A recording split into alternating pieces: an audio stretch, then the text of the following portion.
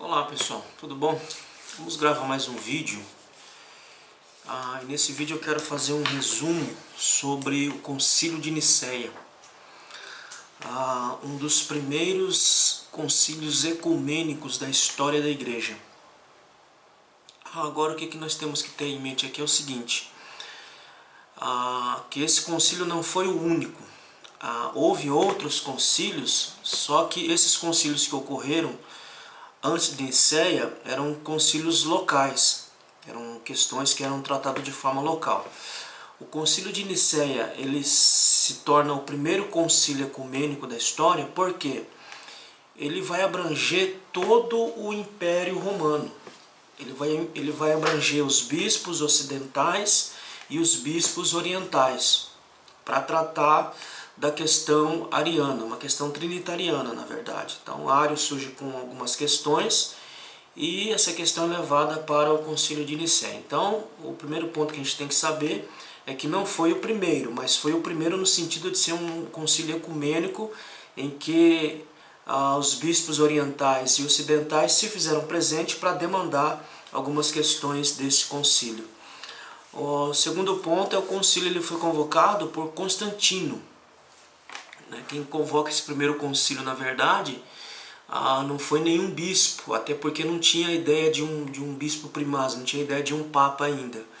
Então quem convoca esse concílio é o próprio Constantino, quem convoca esse concílio no ano de 325, na cidade de Nicéia, que hoje é a cidade de Iznik, na Turquia. Então se você for lá em Iznik, você está pisando onde ocorreu o primeiro concílio ecumênico de Nicéia, que hoje é atual Iznik, na Turquia.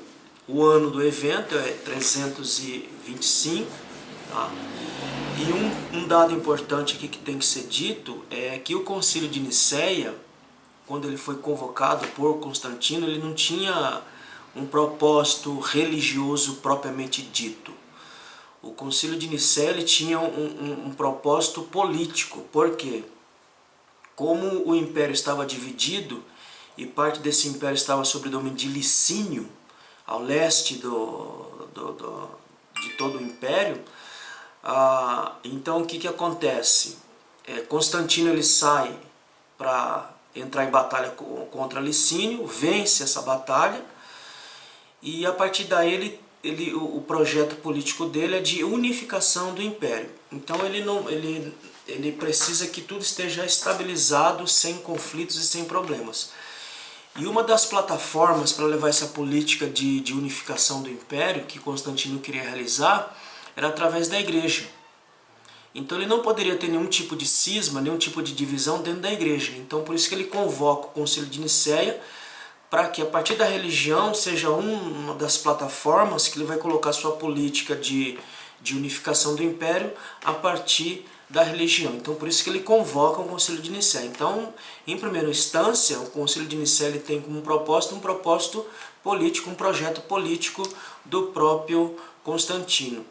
Nesse concílio aparece por faixa de 300 a 318 bispos, tanto do lado oriental quanto do lado ocidental, aparece nesse concílio para redigir um documento para estabelecer a fé ortodoxa na questão trinitariana, especificamente na questão de Cristo, porque o ponto de discussão era a relação interna essa relação interna dentro da essência divina. Como é que se dá essa relação interna? Então o debate surge a partir desse assunto.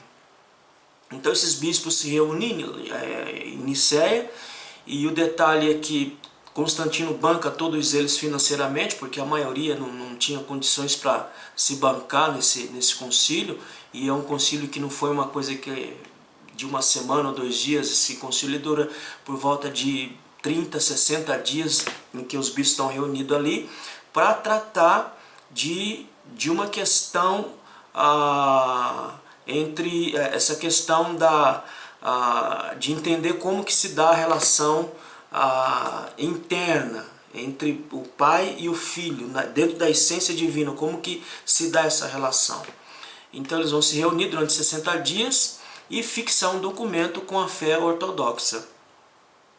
Agora o Concílio de Nicéia tem dois pontos aqui interessantes que precisa ser destacado. O primeiro ponto é que a partir de Nicéia nós vemos o Estado gerenciando questões religiosas. Então do quarto século em diante, nós vamos perceber o Estado intervindo em questões teológicas dentro da igreja e em outras questões também. Então o primeiro ponto é que a partir de Nicéia, o Estado ele detém o controle sobre a igreja e detém o controle sobre as questões. O segundo ponto é que os bispos perceberam, já que o Estado vai gerenciar essas questões, em vez dos bispos travarem um debate teológico entre eles, eles perceberam o seguinte, que é muito mais fácil conquistar o imperador, convencer o imperador das posições para decidir as questões. Então, como nós estamos aqui em dois lados aqui de Alexandre e Ario,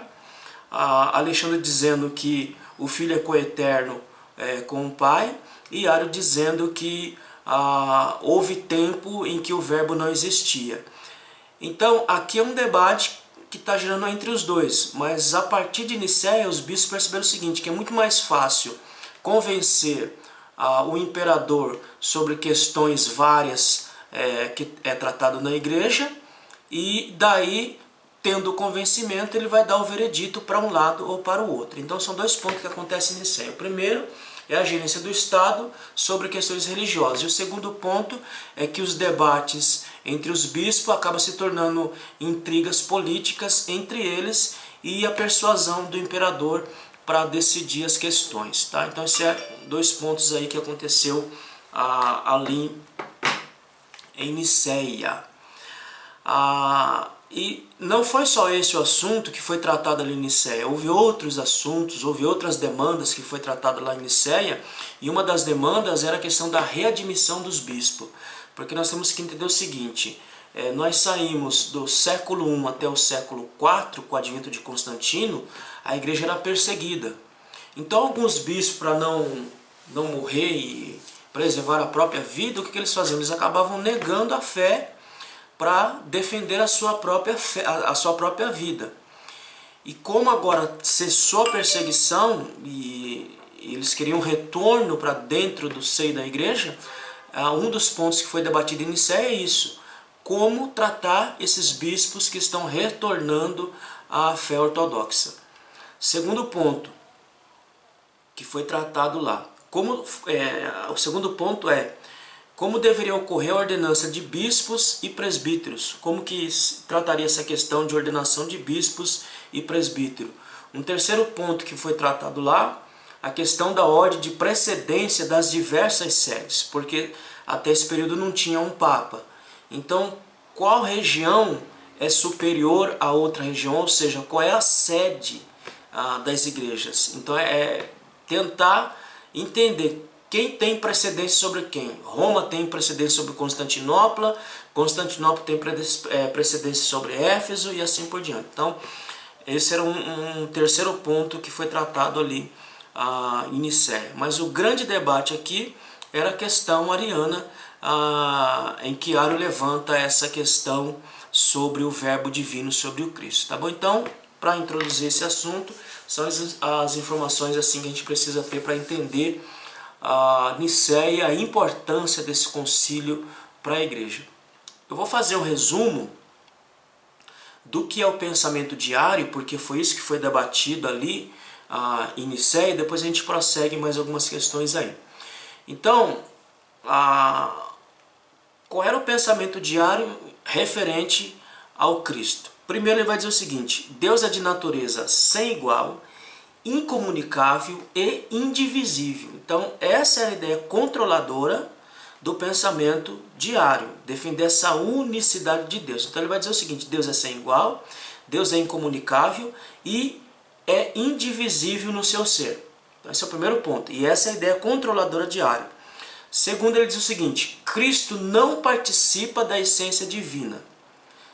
É lógico que isso está conectado com o primeiro pensamento que eu coloquei aqui. Por que ele vai dizer que Cristo não faz parte da essência divina? Porque ele diz que Deus é sem igual, é incomunicável e indivisível. Então ele vai dizer o seguinte: a essência de Deus não se divide. E se Cristo é da mesma essência de Deus, logo essa essência se dividiu. Então Ario vai dizer o seguinte: Cristo não participa da essência divina, porque essa essência ela é indivisível, ela não se divide. Tá? Esse é o segundo ponto. Terceiro ponto, ele dizia o seguinte, que Cristo existe mediante a vontade do Pai. Então, na ideia de Ario, Cristo não faz parte da essência divina, como ele vai dizer que houve tempo que o verbo não existiu, então ele vai colocar essa criação do verbo em algum ponto da eternidade, ele não vai negar a pré-existência, mas vai dizer que Cristo foi criado dentro da eternidade a partir do nada, como ele dizia. Então esse é um ponto também que ele falava o seguinte, que a existência de Cristo é mediante a vontade do Pai. Um outro ponto que ele dizia é que não havia um relacionamento ontológico dentro do ser divino, porque a essência de Deus não se divide, logo não existia nenhum tipo de relacionamento ontológico dentro dessa essência. E o último ponto, ele vai dizer o seguinte: deve entender-se o termo gerado como feito ou criado.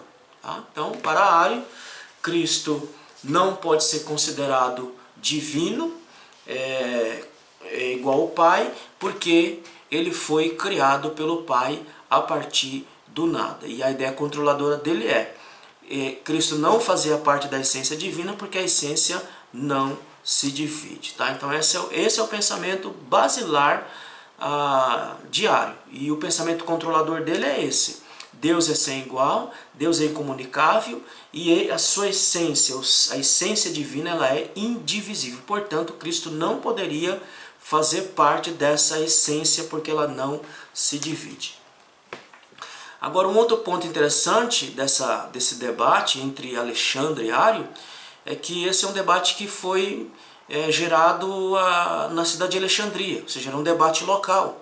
Então era um debate entre o bispo Alexandre, que era o bispo de Alexandria, e o presbítero Ario, que fazia parte da administração do bispo Alexandre. Então, qual era o ponto central de debate entre eles? O ponto de debate entre o bispo Alexandre e Ario era a questão se o verbo era coeterno com o Pai. Então, como a gente já viu, Ario diz o seguinte: houve tempo quando o verbo não existia, portanto, o verbo não é coeterno com o Pai porque ele foi criado. E Alexandre diz o seguinte: não, o verbo sempre existiu junto ao Pai. Então, um diz o seguinte: ele é coeterno. O outro vai dizer: não, ele não é coeterno porque ele foi criado em algum momento da eternidade. Então, é um assunto que surgiu em Alexandria e de forma local. Como Alexandre era o bispo de Alexandria e Ario colocou as suas ideias diante dele, o que aconteceu? O bispo Alexandre acabou condenando as ideias de Ario, como ela não fazendo parte da doutrina ortodoxa. Então foi considerada como herege. Então Ario, vendo a condenação por parte de Alexandre, o que ele vai fazer? Como Ario era uma pessoa popular e muito bem vista pelo povo, o que Ario vai fazer? Ele vai jogar sua doutrina no colo do povo. E Ario fazendo isso, o que vai acontecer? Vai causar um alvoroço na cidade. Porque houve até um episódio que o povo saiu pela rua gritando as doutrinas de Ario. Então Ario joga essa doutrina, a doutrina dele no colo do povo, o povo abraça essa doutrina e sai pelas ruas gritando a doutrina de Ario. Tá? Então, e não contente com isso, o que Ario vai fazer? Ele não somente joga a doutrina no colo do povo, como ele também começa a escrever cartas para bispos que eram favoráveis à sua postura teológica. Então ele vai escrever para alguns bispos algumas cartas, procurando apoio desses bispos, para que pudesse dar continuidade às suas abordagens teológicas. Mas o que Ario queria, na verdade, era tirar o assunto de âmbito local para colocar isso dentro do império. E de fato ele conseguiu, a partir do povo e a partir dos bispos que davam apoio à doutrina de Ario. Então não é mais um assunto local, é um assunto agora que está dentro do Império. Constantino, dentro da sua proposta de unificar o reino, ele não poderia deixar com que esse cisma viesse, essa divisão viesse a acontecer dentro do Império. E o que ele vai fazer? Ele vai tomar providência de mandar o bispo Ócio de Córdoba para Alexandria. E ele diz o seguinte, ó, você vai lá, vê como é que está a situação e resolva a situação lá.